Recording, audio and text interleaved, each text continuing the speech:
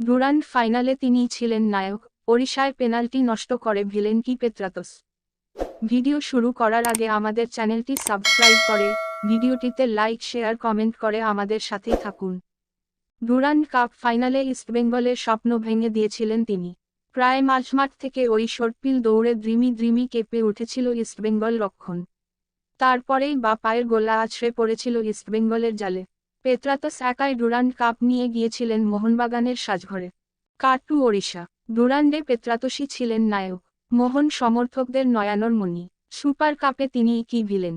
Lemon ব্রেকে যাওয়ার ঠিক আগের মুহূর্তে গোল করার সোনার সুযোগ হেলায় ওড়ালেন পেত্রাতস। কি করলেন? পেনাল্টি স্পট থেকে গোললাইন পৃথিবীর রহস্যময় সরণি।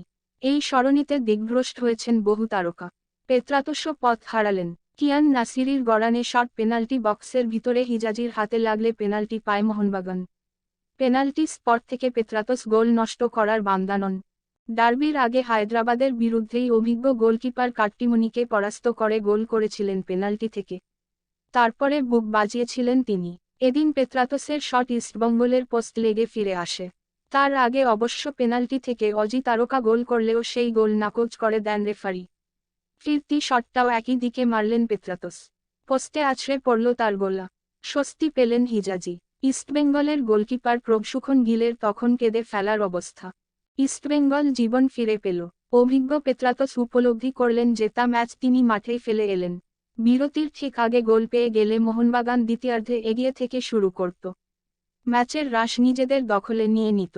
পেত্রাতস সেই সুযোগ নষ্ট করলেন। দ্বিতীয়ার্ধ অন্য ছবি দেখল। ইস্টবেঙ্গল জোড়া গোল করে ম্যাচ নিয়ে গেল নিজেদের ক্যাম্পে। ৩-০ গোলে মোহনবাগানকে হারিয়ে সেমিফাইনালে ইস্টবেঙ্গল। মোহনবাগান সমর্থকরাও হার অনিবার্য দেখে খেলা শেষ হওয়ার আগেই মাঠ ছাড়লেন। ডুরান্ড ফাইনালে পেত্রাতস ছিলেন নায়ক। এদিনও নায়ক হওয়ার সুযোগ হাতছাড়া করলেন অজি তারকা।